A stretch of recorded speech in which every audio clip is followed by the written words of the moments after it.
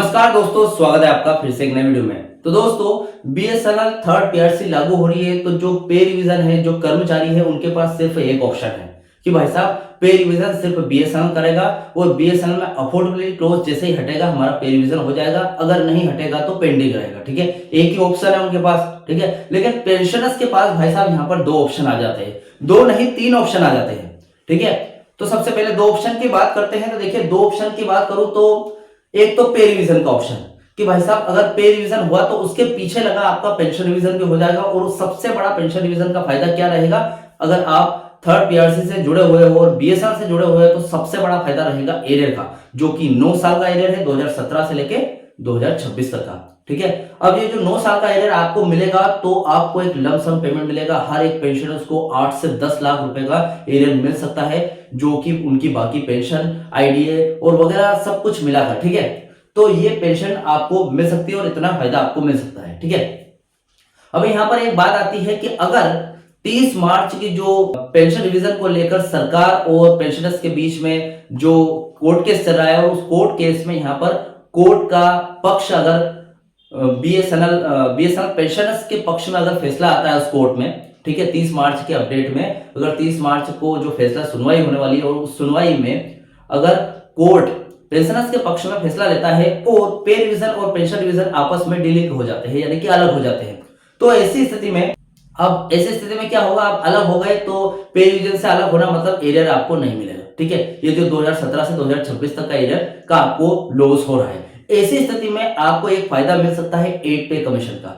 अब 8 पे कमीशन में तभी जगह मिलेगी जब आप 7 पे कमीशन में शामिल हो पाएंगे। ठीक है, तो ऐसी स्थिति में यहां पर सबसे बड़ी बात आती है कि क्या 8 पे कमीशन के टोर यानी कि टर्म्स ऑफ रेफरेंस में बीएसएनएल डोंट ऑब्जर्व पेंशनर्स को जगह मिलेगी या फिर नहीं। ठीक है, तो चलिए सबसे पहले इस जवाब को क्लियर करते हैं आज इस वीडियो में। ठीक है, क्योंकि ये बहुत ही जरूरी सवाल है कि आप अगर डीलिंग होते हो तो क्या 8 पे कमीशन में हमें जगह मिलेगी। अगर नहीं मिली तो आपने 9 साल का एरियर तो खोया ही खोया, लेकिन 8 पे कमीशन से रिलेटेड जितने भी फायदे थे सब कुछ खो दिए। ठीक है, तो चलिए इसी के बारे में आज ये डाउट क्लियर करने वाला हूं। ठीक है, तो चैनल पर नए तो सब्सक्राइब करें। मेरा नाम है सूर्य विश्वकर्मा। जानकारी यूजफुल लगे तो एक लाइक करके जरूर जाना। चलिए दोस्तों, बढ़ाते हैं वीडियो को आगे।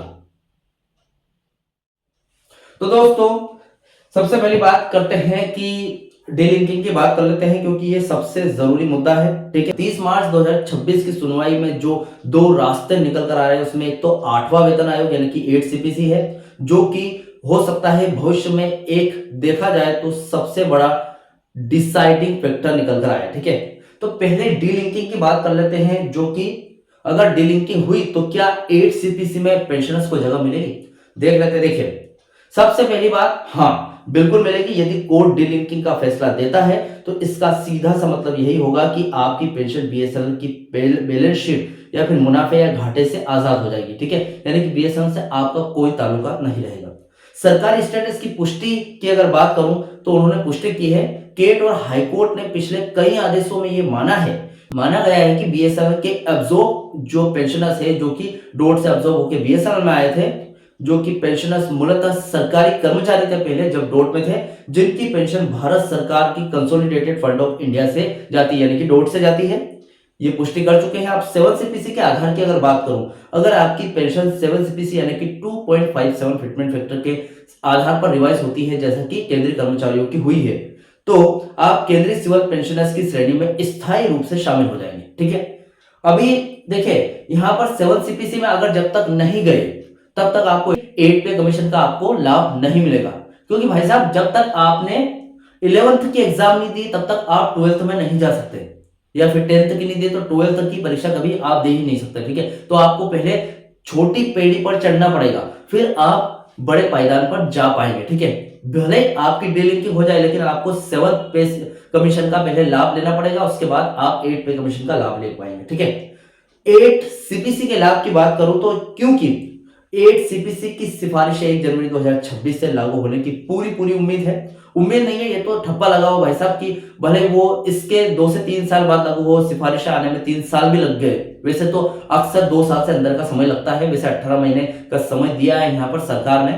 ठीक है, कि 18 महीने में आप सिफारिशें दे दो कमेटी को, तो 18 महीने में अगर कमेटी सिफारिशें दे देती है इफेक्टिव डेट के अनुसार उनके बीच का, यानी कि इफेक्टिव डेट और कमेटी ने जब फाइल को दिया है या फिर अपनी सिफारिशें लागू की, उसके बीच का जो गैप है उसका एरियर भी मिलेगा। ठीक है, क्योंकि 8 सीपीसी की सिफारिश 1 जनवरी 2026 से लागू होने की पूरी उम्मीद है, इसलिए अगर आप पहले ही 7 सीपीसी में शिफ्ट हो चुके हैं तो 8वें वेतन आयोग का फिटमेंट बेनिफिट आपको स्वतः ही यानी कि ऑटोमेटिक मिल जाएगा, ठीक उसी तरीके से जैसे कि रेलवे या फिर डिफेंस पेंशनर्स को मिलता है। ठीक है, जितने भी आर्मी के कर्मचारी हैं, ठीक है, पुलिस कर्मी है, उसके बाद रेलवे है, जो पूरी तरीके से सरकारी पेंशनर उनको मिलता है, वैसे ही डॉट ऑब्जर्व पेंशनर्स को भी मिलेगा।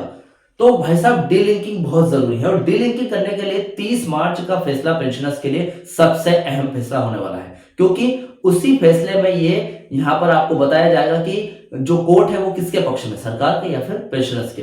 अगर पेंशनर्स के पक्ष में आया तो ये बहुत ही बड़ी खुशखबरी की बात होगी। ठीक है, अभी पे रिवीजन की बात करूं रहा तो क्या होगा अगर, यानी कि अगर डीलिंकिंग नहीं हुई और पे रिवीजन से आप जुड़े हैं तो उसके बाद क्या होगा, इसके बारे में बात कर लेते हैं, क्योंकि ये भी एक जरूरी मुद्दा है। क्योंकि 30 मार्च के फैसले में भाई साहब जरूरी नहीं कि कोर्ट आपके पक्ष में फैसला करे, ठीक है, यानी कि पेंशनर्स के पक्ष में।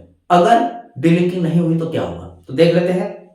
यदि डीलिंकिंग नहीं होती है, आप थर्ड पीआरसी यानी कि 15% फिटमेंट के भरोसे रहते हैं, तो सबसे पहली बात देखिए, कुछ हद तक आपको नुकसान होगा और फायदा भी होगा। देखिए देख लेते हैं, आपको 2017 से लेकर 2026 तक का मोटा एरियर तो मिल जाएगा भाई साहब, ये सबसे बड़ा फायदा है आपके लिए, इसके लिए थम्स अप। लेकिन यहां पर बात ये आती है, आप फिर से अगले पे रिवीजन यानी कि 4th सीपीसी के लिए इंतजार में फंस जाएंगे। यानी कि देखिए, थर्ड पीआरसी लागू होने की इफेक्टिव डेट क्या है, 2017 में लागू होनी चाहिए थी, लेकिन किसकी वजह से रह गई, क्योंकि बीएसएनएल घाटे में है। अभी मान के चलिए कि इन फ्यूचर अगर बीएसएनएल को फिर से घाटा हुआ, और अभी क्या है 4th सीपीसी की इफेक्टिव डेट क्या है, कौन सी है, 2027, ठीक है, 1 जनवरी 2027। अभी तो भाई साहब थर्ड पीआरसी ही लागू नहीं हुई है, चलिए मान लेते हैं कि 2026 में लागू हो गई। फोर्थ पीआरसी की इफेक्टिव डेट है 1 जनवरी 2027। अब ऐसा थोड़ी है कि थर्ड पीआरसी जैसे 2026 में लागू हुई और अगले ही साल फोर्थ पीआरसी भी लागू कर देंगे। भाई साहब अभी की तो कंपनी के पास इतना प्रॉफिट ही नहीं है, ठीक है, तो 2027 में तो होगी नहीं लागू, यानी कि 4 से 5 साल तो एक्स्ट्रा लगेंगे फोर्थ पीआरसी को लागू होने में। अब ऐसी स्थिति में दिक्कत यह आ रही है कि आपको एरियर तो थर्ड पीआरसी का मोटा एरियर मिल गया, आप खुश हैं, लेकिन फोर्थ पीआरसी के लिए फिर से इंतजार करना पड़ेगा। और हो सकता है जैसा थर्ड पीआरसी में 9 साल लग गए लागू करने में, ऐसा फोर्थ पीआरसी में भी 9 साल लग सकते हैं भाई साहब, ठीक है, कोई भरोसा नहीं। क्योंकि कंपनी, हम तो सोच रहे हैं यार 4G 5G रोल आउट हो रहा है तो इन फ्यूचर कंपनी प्रॉफिट में रहेगी, लेकिन ऐसा नहीं है। कंपनी 2007 से पहले भी एक खतरनाक प्रॉफिट में थी जब बीएसएनएल का गठन हुआ था, ठीक है, 2007 तक तो काफी प्रॉफिट में थी, फिर लॉस हुआ, ठीक है। आज हम सोच रहे हैं कि 4G 5G रोल आउट हो जाएगा तो प्रॉफिट में रहेगी, ऐसा नहीं होगा। कभी हो सकता है कि लॉस में चली गई तो क्या करोगे, फोर्थ पीआरसी फिर से डिले होगी। पे रिवीजन के लिए कर्मचारियों को इंतजार करना पड़ेगा, वैसे ही पेंशनर्स को पेंशन रिवीजन के लिए इंतजार करना पड़ेगा। तो ये आपके लिए इन फ्यूचर की सबसे बड़ी लॉस होने वाली है, ठीक है, अगर डीलिंकिंग नहीं हुई तो। अभी पीएसयू की बात करूं तो पे रिवीजन हर 10 साल में लागू होता है, लेकिन ये कंपनी की अफोर्डेबिलिटी पर निर्भर करता है कि कंपनी कितनी मुनाफे में है, ठीक है। 10 साल में लागू होने का एक निश्चित नियम तो ये है कि 10 साल में लागू हो जाना चाहिए। कंपनी अगर बीएसएनएल कंपनी भी अगर प्रॉफिट में रहती तो 2007 में कब का थर्ड पीआरसी लागू हो चुका होता, लेकिन बीएसएनएल लॉस में है तो नहीं हुआ भाई साहब अभी, ठीक है। ऐसी स्थिति में 8 सीपीसी का लाभ आपको नहीं मिलेगा, बल्कि आपको अगले पीआरसी का इंतजार करना होगा, ठीक है। यानी कि अगर डीलिंकिंग नहीं हुई तो 8 सीपीसी का लाभ तो आप भूल जाओ, आपको फोर्थ पीआरसी का इंतजार करना पड़ सकता है, ठीक है, जो बीएसएनएल के वित्तीय हालत के कारण फिर से अनिश्चित हो सकता है, यानी कि उसका कोई टाइमलाइन नहीं है कि कब फोर्थ पीआरसी आएगा, ठीक है।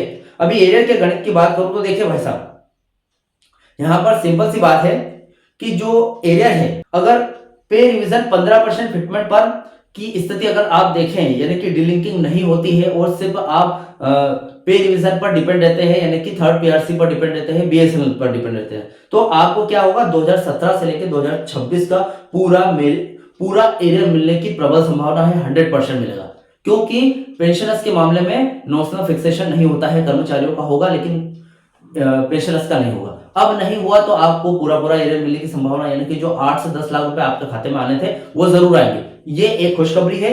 लेकिन यहां पर यह बात है कि अगर अभी 8 सीपीसी अगर पे रिवीजन में आप रहते हो और वहां का लाभ प्राप्त करते हो तो 8 सीपीसी से आपका कोई लेना देना नहीं होगा इन फ्यूचर, ठीक है। ना ही 7 सीपीसी ना ही 8 सीपीसी, कोई लेना देना नहीं, ठीक है। अब इसमें स्थिरता यह है कि कम कंपनी के हालत पर निर्भर करेगा, यानी कि आपको प्रॉफिट होगा, बहुत कम होगा। और प्रॉफिट का मतलब यह है कि कंपनी की हालत पर डिपेंड करेगा कि कंपनी ऊपर उड़ रही है या फिर नीचे जमीन पर जा रही है। अगर जमीन पर जा रही है तो आपको इन फ्यूचर फॉर पीआरसी में बहुत दिक्कत आने वाली है, ठीक है। अब यहां पर अगर डीलिंकिंग की बात करूं, यानी कि 7 सीपीसी के प्रायोरिटी की, यानी कि अगर आप 7 डीलिंकिंग के बाद 7 सीपीसी पर जाते हो, यानी कि वहां पर अपना पेंशन रिवाइज करते हो, तो तत्कालिक लाभ यानी कि अभी लाभ क्या मिलेगा, अगर कोर्ट 2016 या फिर 2017 से एरियर का आदेश देता है तो यहां आपको इसका लाभ मिल सकता है, ठीक है। जैसे कि आपका एरियर पेंडिंग है, ठीक है, वो थर्ड पीआरसी पे डिपेंड करता है कि इफेक्टिव डेट के साथ आपको एरियर मिलेगा अगर आप पे रिवीजन पे जुड़े रहे। अगर डीलिंकिंग होती है और आप 7 सीपीसी पे आते हो और सरकार कहती है भाई साहब हम आपको दिलवाएंगे 2017 से लेकर 2026 तक का एरियर, तो मुमकिन है कहीं ना कहीं यहां पर आपको फायदा होगा, ठीक है।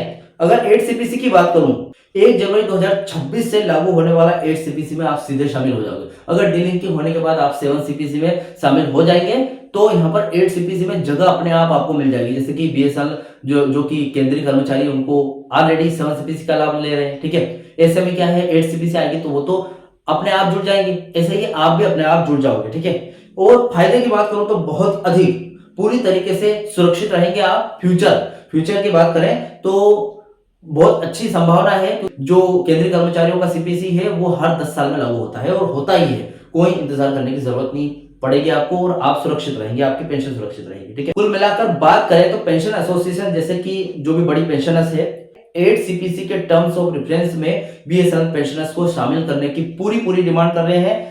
ज्यादा किसमें फायदा है वो देख लेते हैं। लंबी अवधि के लिए डीलिंकिंग और 7 सीपीसी का फायदा यानी कि 2.57 फिटमेंट फैक्टर का फायदा सबसे अधिक है, सबसे अधिक फायदा मिलेगा आपको। भले ही इसमें देखिए अब ज्यादा किसमें फायदा होगा, सबसे ज्यादा आपको लंबी अवधि की अगर बात करूं तो डीलिंकिंग और 7 सीपीसी के 2.57 फिटमेंट फैक्टर के साथ सबसे अधिक फायदा मिलेगा आपको। भले ही इसमें एरियर की जो कैलकुलेशन है थोड़ी सी कम होगी या फिर हो सकता है थोड़ा सा एरियर जोड़ना थोड़ा सा महंगा पड़ सकता है, लेकिन यह आपको हमेशा के लिए बीएसएनएल के वित्तीय संकट से मुक्त कर देगा। ये लॉस हानि फायदा इससे कोई लेना देना नहीं रहेगा आपका। और भविष्य के हर पे कमीशन यानी कि 8 पे कमीशन आ रहा है इन फ्यूचर, 9th भी आएगा कभी, तो इसका भी आपको जो लाभ है वो निश्चित रूप से मिलेगा, ठीक है, यानी कि मिलना तय है। फिलहाल ये अपडेट थी डीलिंकिंग से जुड़े सवालों की। और यहाँ पर जो भी मैंने अपडेट आपको बताया, इस अपडेट से रिलेटेड जो भी आपके डाउट क्वेश्चन वगैरह हो तो मुझे कमेंट बॉक्स में कमेंट कर सकते हैं।